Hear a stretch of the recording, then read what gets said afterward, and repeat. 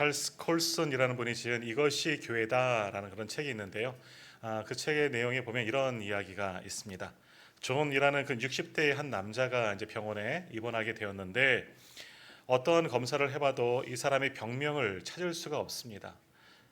그런데 날로 쇠약해지고 2주 동안 병원에 입원해 있는데 아무것도 이제 먹을 수도 없죠. 물조차도 먹기가 아주 힘든 그런 상황에 이르게 됐습니다.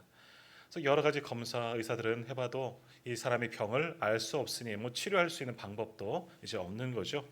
그래서 결국 그 사람이 입원해 있다가 이제 간호사들이 이분을 그 병원에 있는 원목 이제 그 병원을 섬기시는 이 목사님께 이제 소개시켜주고 또 목사님이 이분과 이제 상담을 하게 되는 겁니다. 그래서 목사님이 찾아오셔서 이분과 이런저런 얘기 또 함께 나누고 기도의 제목들도 이제 받으려고 이렇게 했는데 대화를 나누던 중에 이제 성령님께서 목사님에게 이제 감동을 주는 거예요. 오늘 이 사람을 위해서 할 일이 있다. 뭐 이런 감동을 계속해서 주시면서 이 사람에게 성찬을 베풀어라라는 그런 그 감동을 이제 주셨다는 거예요. 그래서 목사님이 이 존이라는 그 남자분에게 이제 당신 이제 성찬을 받을 수 있느냐? 아무것도 먹지를 못해요. 삼킬 수도 없는 분에게 성찬을 지금 드실 수 있냐, 받을 수 있느냐라고 이제 질문을 했습니다. 그러자 그 말씀을 듣고 이분이 막 갑자기 우는 거예요. 막 울면서 이야기하기를 저는 성찬을 받지 못합니다. 왜?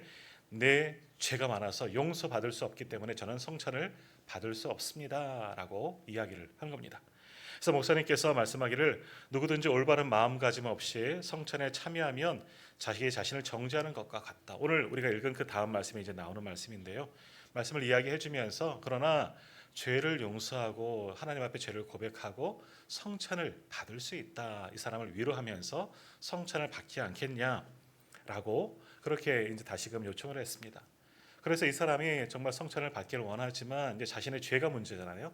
그래서 그 앞에서 목사님 앞에서 죄를 드러내고 회개하게 됩니다. 그래서 이분을 위해서 목사님도 이분을 위해서 기도해주고 또 주님의 십자가의 공로로 당신의 모든 죄가 사함을 받았습니다. 이제 선포를 하게 됩니다. 그리고 이분에게 이제 성찬을 베풀게 되죠. 목사님과 이분 존이라는 이분과 함께 둘만의 이제 성찬 예식이 진행되어집니다.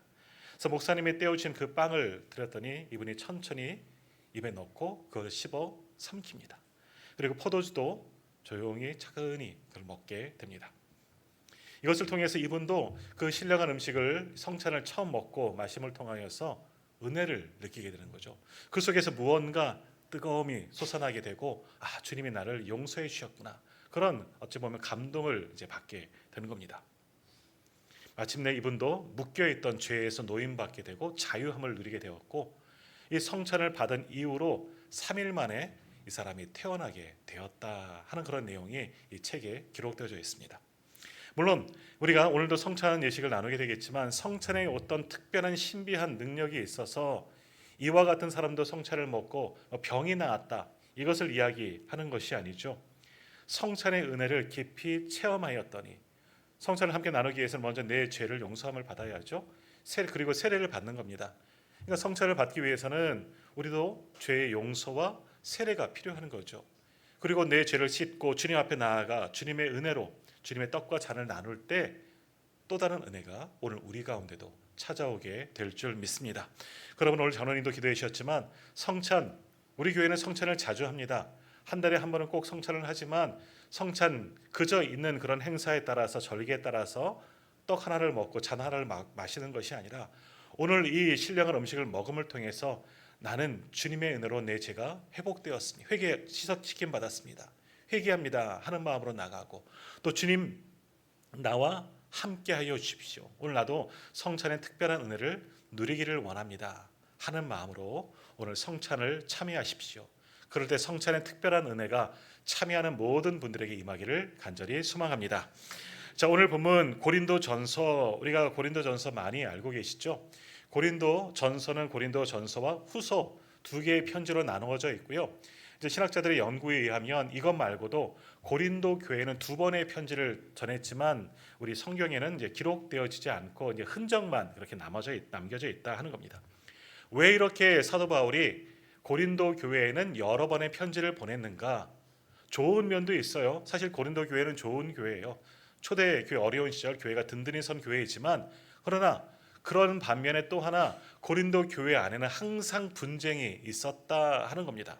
우리가 잘 아시는 것처럼 고린도전서 1장에 나오지만 고린도 교회는 네 개의 분파가 나눠져 있어요. 그러니까 교회에도 네 가지 파가 있어서 그들이 서로 다투고 싸우는 일들이, 분쟁이 교회 안에 항상 있었고, 거기에서부터 시작된 여러 가지 논란과 다툼이 고린도 교회 안에 있었다는 거죠. 그 이야기를 듣고 사도 바울은 그들을 안타까워하면서 여러 번의 편지를 보내게 됩니다. 그 가운데 있는 모든 내용들, 특별히 고린도전서에 있는 모든 내용들이 그들이 다투고 있는 내용들을, 그런 원인들을 또한 지적하면서 용서하자, 이제 그만하자 하는 내용들로 권면하는 내용들이 고린도전서의 내용들입니다. 더욱이 오늘 본문의 말씀, 우리가 성찬 때마다 오늘도 말씀을 나누겠지만 읽겠지만 성찬에 대한 말씀이 고린도전서 11장의 말씀이에요. 근데 왜 이 말씀이 여기 기록되어져 있느냐? 성찬을 행할 때에도 고린도 교회 안에 문제가 있었다 하는 겁니다. 자, 먼저 그럼 왜 성찬에 문제가 있을까? 당시의 예배에 대한 것을 우리가 먼저 이해를 해야 합니다.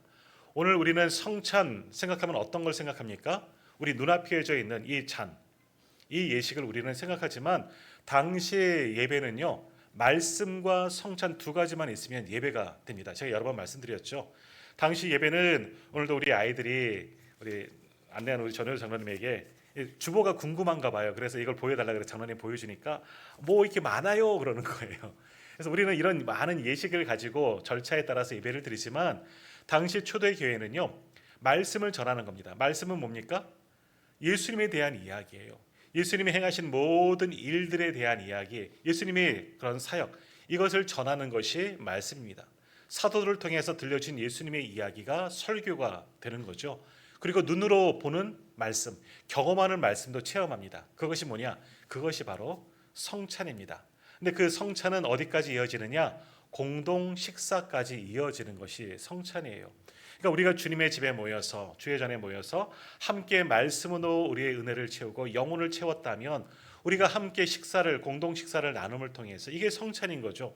함께 서로의 사랑을 나누고, 우리는 한 가족입니다. 또 우리는 천국 식탁에 참여하는 구원받은 백성입니다 하는 것을 경험하는 것이 바로 성찬 또는 성만찬, 공동 식사라 할 수가 있습니다. 자, 그래서 말씀과 성찬이 있으면, 말씀과 이 공동 식사가 있으면 하나의 예배가 되어지는 것이죠. 그것이 사도행전 2장에 보면 그런 흔적들이 남겨져 있는 것이죠. 자, 근데 고린도 교회는 이 성찬마저도 문제가 된 거죠. 공동 식사에 문제가 생겼다 하는 겁니다.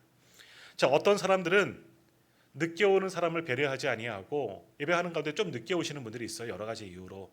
그들을 배려하지 아니하고 성찬에 있는 이 빵, 공동 식사에 있는 음식을 자기 것만 많이 챙겨서 많이 먹는 사람들이 생깁니다. 그러다 보니 늦게 나중 오는 사람들은 어찌 보면 성찬에 참여하지 못하는 거예요. 먹을 수 있는 음식이 하나도 남겨져 있지 않다 하는 겁니다.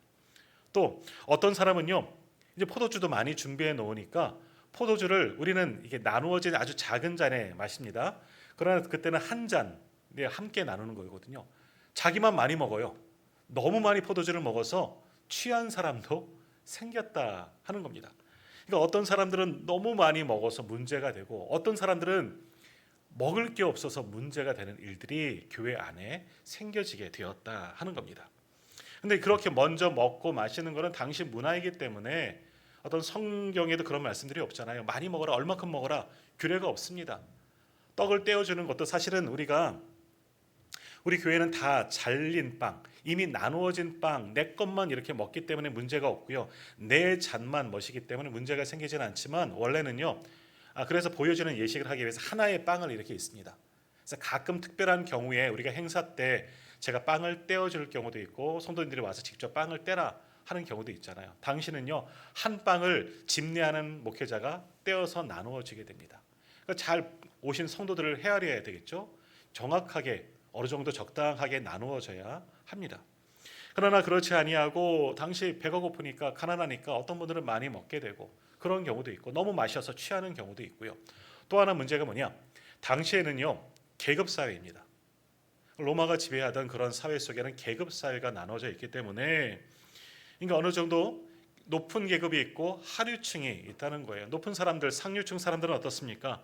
좋은 방에 앉아서 음식을 먹을 때에도 그들만의 리그예요. 그들끼리 많은 것을 갖다 놓고 마음껏 먹고 마시고 하는 경우가 있고요. 또 하류층 사람들은 교회 안에서 말하는 겁니다. 하류층의 사람들은 좁은 방에 수십 명의 사람들이 함께 모여서 옹기종기 앉아서 먹을 분량도 적습니다. 그것이 교회 안에서 이루어지고 있었다 하는 겁니다. 높은 사람들은, 상류층 사람들은 빵도 좋은 빵, 또 맛있는 것을 먹고 좋은 포도주를 먹는 반면, 또 하류층의 사람들은 질 떨어지는 빵, 질 떨어지는 포도주를 그것도 적은 분량만 먹고 마시고 돌아가게 되었다 하는 겁니다. 우리로 말하면 어떤 사람들은, 권세 있는 사람들은 고기에 좋은 음식 먹고 집에 가는 것이고요. 어떤 사람들은 남겨진 밥에 김치와 아니면 간장 덜어서 그렇게 먹는 것이 교회 안의 공동 식사, 성찬의 모습이었다 하는 겁니다. 이것을 지금 지적하고 있는 겁니다. 사회는 그럴 수 있어요.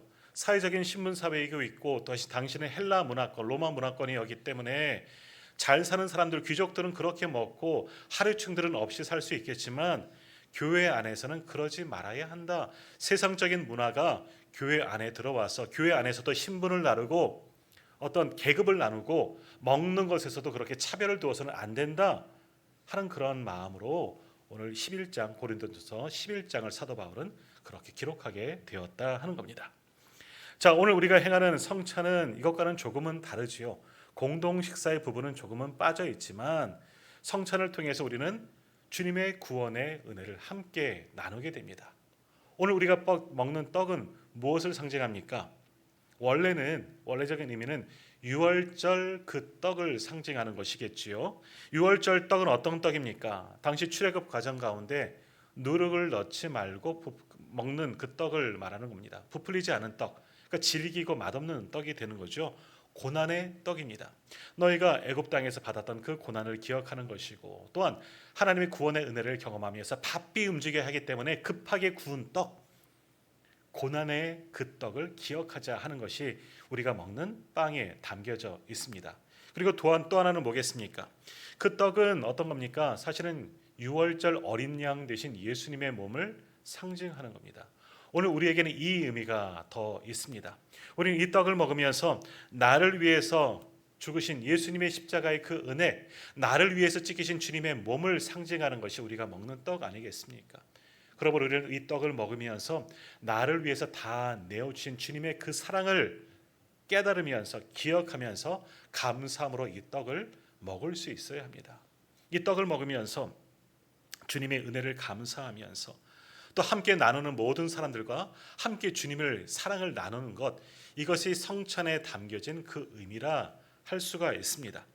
그러나 당시 이 고린도전서가 기록될 당시에 교회는 그러지 못했다는 거죠. 먹으면서도 차별이 있고 있는 자와 없는 자와 높은 사람과 낮은 사람들이 분류해서 나누어져서 교회 안에서 이 성찬에, 이 공동 식사에 함께 참여하는 것이 문제였다라는 겁니다.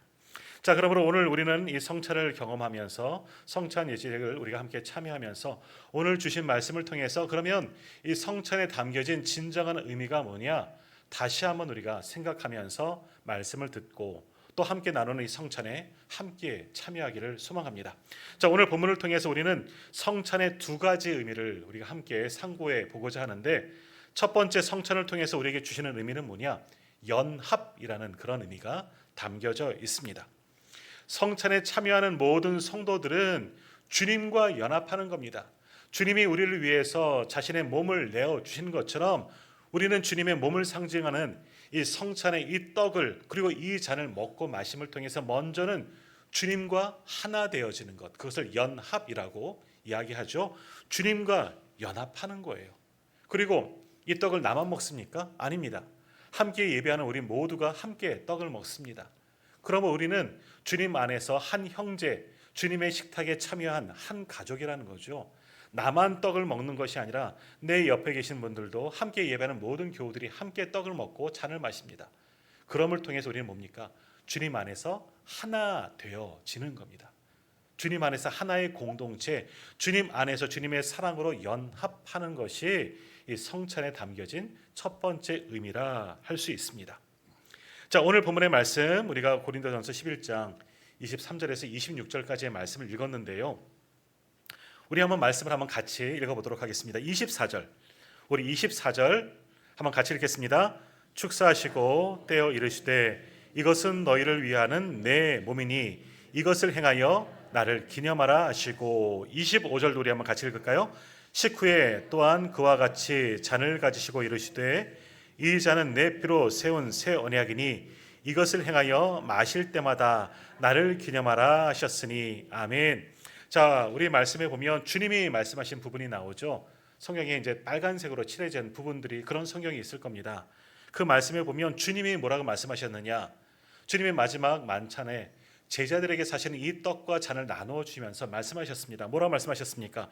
이것은 너희를 위하는 내 몸이니 이것을 행하여 나를 기념하라 라고 말씀하셨죠. 그리고 잔을 주시면서도 뭐라고 말씀하십니까? 이 잔은 내 피로 세운 새 언약이니 이것을 행하여 마실 때마다 나를 기념하라 라고 말씀하셨습니다. 떡을 주시면서도 기념하라, 잔을 주시면서도 나를 기념하라 말씀하셨습니다. 기념하라. 자, 기념하라 라는 의미가 뭡니까? 기념한다는 것은 뭐예요? 기억하는 거죠. 그분이 행하셨던 모든 것들을 기억한다 하는 그런 의미가 이 말씀 가운데 담겨져 있습니다. 그러므로 오늘도 우리는 성찬을 통하여서 주님을 기억하는 겁니다. 주님의 어떤 것을 기억합니까? 나를 위해서 십자가에서 죽으신 주님을 기억하는 거죠. 나를 위해서 찢기신 주님의 몸, 나를 위해서 흘리신 주님의 보혈을 기억하는 의미가 성찬에 담겨져 있습니다. 자, 그런데 이 기념하다라는 그런 단어는요, 이 헬라어죠. 이 단어의 원래적 의미는 단순히 기억하는 것, 이것만 이야기하는 것이 아니라 적극적으로 참여하고 연합하다라는 의미가 이 단어 속에 담겨져 있습니다. 기념한다는 것은 단순히 주님을 기억하는 것에서 그치지 아니하고 주님의 그 십자가의 사랑, 주님의 십자가에 내가 참여하고 함께 동참한다, 연합한다라는 의미가 기념하다라는 그런 헬라어 단어 속에 담겨져 있는 거예요. 다시 말하면 뭐예요? 이 주님의 성찬, 주님의 떡과 잔을 먹고 마시는 자는 십자가에 함께 동참하는 거예요. 그러니까 주님과 하나 되어지는 거죠. 주님과 연합한다는 그 의미가 이 기념하다라는 단어 속에 함께 담겨져 있는 겁니다. 자, 그래서 우리는 이 성찬을 오늘 먹고 마심을 통해서 먼저는 주님과 연합해야 됩니다. 주님과 하나 되어져야 하는 거죠. 주님의 은혜를 기억해야 하는 겁니다. 두 번째는 뭡니까? 함께 이 잔치에 참여하는 우리가 서로와 함께 연합해져야 하는 거죠. 함께 이 음식을 먹는 우리가 하나 되어지는 것, 연합해야 하는 것이 성찬에 담겨진 의미이고요. 그럼을 통해서 우리는 주님과 한 가족입니다. 천국의 한 가족입니다. 하나로 연합하는 의미, 하나 되는 의미가 이 성찬에 담겨진 의미라 할 수가 있습니다.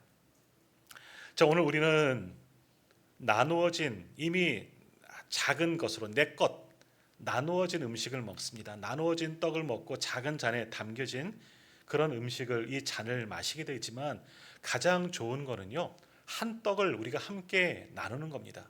그리고 하나의 잔을 함께 돌아가면서 먹는 게 더 큰 의미가 있습니다. 근데 지금 이 떡을 함께 나누라고 하고 이 잔을 함께 저부터 먹고 저 뒤에 마지막 분까지 함께 잔을 돌려가면서 먹읍시다 하면 위생적으로 좀 불리하지 않습니까? 뭐 그런 것 때문에 등등등의 이유로 이렇게 나누어진 떡과 잔을 함께 마시지만 가장 좋은 것은 함께 나누는 겁니다. 하나의 큰 떡을 함께 나누고 하나의 잔을 함께 서로를 배려하면서 나누게 되면 더 큰 의미가 있습니다. 만일 제가 이따 성찬을 할 때 이 가운데 있는 이 빵 서로 함께 이것을 나눕시다 하면 어떡하겠습니까? 제가 먼저 하나를 떼어서 먹고 옆에 계신 분에게, 우리 장로님에게 넘기면 장로님도 하나를 떼고 또 그 빵을 또 다른 분에게 넘기게 될 겁니다. 그럼 마지막에 받는 분들은 얼만큼 빵을 받을 수 있겠습니까? 아마 적은 양이 될 거예요. 고린도 교회 같은 경우는 어떻게 했습니까? 내가 배고프니까 내가 많이 뗍니다. 반을 뚝 떼어버리면 그런 식으로 가다 보면 빵이 중간에 아마 사라질 겁니다. 남겨지지 않을 거죠. 배려하지 않는다면 맨 뒤에 받는 사람은 아무것도 먹지 못하게 될 겁니다. 그러나 주님과 하나 되고 주님의 사랑을 기억하는 사람들은 어떻게 하겠습니까? 저 뒤에 있는 사람이 받을 수 있도록 내 거는 조금만 될 거예요. 나는 조금 떼고 다른 사람을 배려한다면 오히려 맨 마지막에 받는 사람은 오히려 많을 수가 있는 거예요. 그것이 바로 하나 되는 거죠. 서로 사랑하는 겁니다. 지금은 그렇게 하지는 않지만 우리가 이 떡을 먹고 마심을 통하면서 정말 주님과 하나됨, 주님과 연합, 그리고 주님 안에서 우리는 한 가족입니다. 서로 연합하여서 사랑하고 섬기는 것을 오늘 성찬을 통해서 우리는 배울 수 있어야 합니다. 이것이 바로 성찬이 주는 첫 번째 교훈, 바로 연합이라는 그런 교훈을 우리에게 줍니다. 자, 성찬을 통해서 주는 두 번째 교훈은 뭐냐? 선교의 의미가 이곳에 이 시기에 담겨져 있습니다. 자, 오늘 본문 26절 말씀 한번 우리 같이 읽도록 하겠습니다. 26절입니다. 너희가 이 떡을 먹으며 이 잔을 마실 때마다 주의 죽으심을 그가 오실 때까지 전하는 것이니라. 아멘. 자, 오늘 이 66절에서 뭐라고 말씀합니까? 너희가 이 떡을 먹으며 이 잔을 마실 때 성찬에 참여한 이후에는 어떻게 합니까? 주의 죽으심을, 십자가의 죽으심이죠. 그것이 바로 복음입니다. 그가 오실 때까지, 주님이 다시 오실 그날까지 뭐 하라고요? 전하는 것이니라. 전하는 거예요. 한마디로 말하면 뭐예요? 복음을 전해야 한다는 거죠. 이것이 바로 선교입니다. 그러니까 성찬은 선교의 교육이 담겨져 있습니다. 선교가 뭐예요? 전도가 뭡니까? 복음을 전하는 겁니다. 복음을 전하는 것. 복음이 뭐예요? 복음은 바로 예수 그리스도입니다. 예수 그리스도를 전하는 것이 바로 복음이에요. 특별히 성찬의 복음은 뭐예요? 성찬은 주님의 죽으심, 나를 위해 죽으심이에요. 나를 위해서 십자가에서 죽으신 그 사건을 기억하는 것이 성찬에 담겨진 의미 아니겠습니까? 그러면 성찬을 먹는 사람들, 떡을 먹고 잔을 마시는 사람들은 주님이 오실 그날까지 나를 위해서 죽으신 주님의 그 사랑, 십자가의 사랑, 바로 복음을 전하며 살아가야 합니다. 말씀하셨잖아요. 주님의 부활하심, 주님의 죽으심만이 아니라 주님의 부활하심, 이것이 전체 복음이라고 할 수 있는데 이것을 전하는 삶을 우리가 살아가야 한다라는 겁니다. 우리가 보니 흔히 선교, 전도, 선교하면 조금 다르게 생각하는 경우가 있죠. 전도는요, 내 주변, 내 가족에서 시작해서 내 주변의 사람들, 나와 관계하는 사람들, 아는 사람들에게 복음을 전하는 것을 전도라고 생각하지요. 선교는 뭡니까? 우리나라가 아닙니다. 다른 나라에 가서 우리 교회 파송한 김태현 선교사님이나 김수현 선교사님처럼 다른 나라에 가서 낯선 사람들에게 알지 못하는 종족에게, 그 나라와 민족에게 복음을 전하는 것을 선교라고 생각합니다. 전도는 조금 작은 것이고 선교는 넓은 것이라 생각하지만 전도와 선교는 한 가지입니다. 같은 겁니다. 바로 오늘 본문에 있는 말씀처럼 주의 죽으심을 그가 오실 때까지 전하는 것, 이것이 전도이고 이것이 선교입니다. 그러니까 우리는 전도자가 될 수 있고 우리도 선교사가 될 수가 있습니다. 훈련 받아서 파송하신 분들은 파송 선교사이지만, 훈련 받으신 분들이지만 우리도 전도자요 선교사가 되어줘야 하는 겁니다. 왜 그렇습니까?